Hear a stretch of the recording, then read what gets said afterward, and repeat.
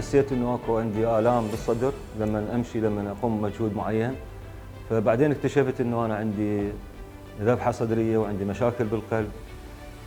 فصار الخيار انه اما واحد يروح يعني اكيد واحد يدور على مكان زين حتى يروح له يضمن به حياته، لان هاي قلب، يعني هاي مسألة مو مسألة هينة. يعني انا مو مثلا رجلي مكسورة او ايدي او شيء بسيط، مثلا هاي قلب، يعني حياة وموت. فتصير الخيارات قدامك، يعني اما تركيا واما ايران واما الهند واما لبنان. وبصراحة صار الخيار تيمنا باسم الإمام الحجة عليه أفضل الصلاة والسلام، أنه أنا اختاريت هذا المكان. وسابقا يعني جاي للمكان وشايف أنه المستشفى لامس بيها هذا التطور، الحداثة اللي بيها، البناء، الاهتمام.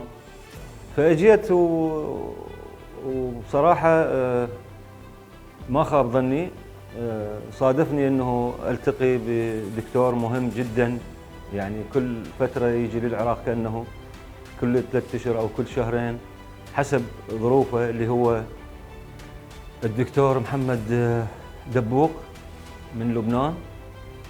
وممكن واحد يعني يسوي سيرش ويعني يفتهم عنه هواي معلومات، يعرف عنه هواي معلومات. دكتور جدا مهم، اختزل لي هوايه اشياء. يعني ممكن انا بدل ما اروح تركيا او اروح للهند او لايران او لاي مكان، او اروح حتى لبنان واخسر مبالغ كبيره، انه اسويها هنا بالعراق. وبصراحه انا لان مرتين سويت عمليه عند هذا الدكتور الممتاز، الانسان الخلوق. انصح اي واحد انه لا يروح برا، لا يروح للبنان، لا يروح لاي مكان، يرتقب جية هذا الدكتور كل شهرين او كل شهر من يجي هو،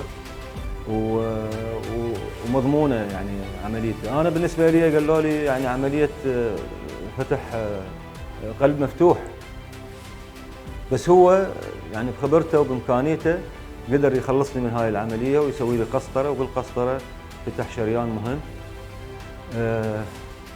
هذا كل اللي صار وياي بهاي المستشفى.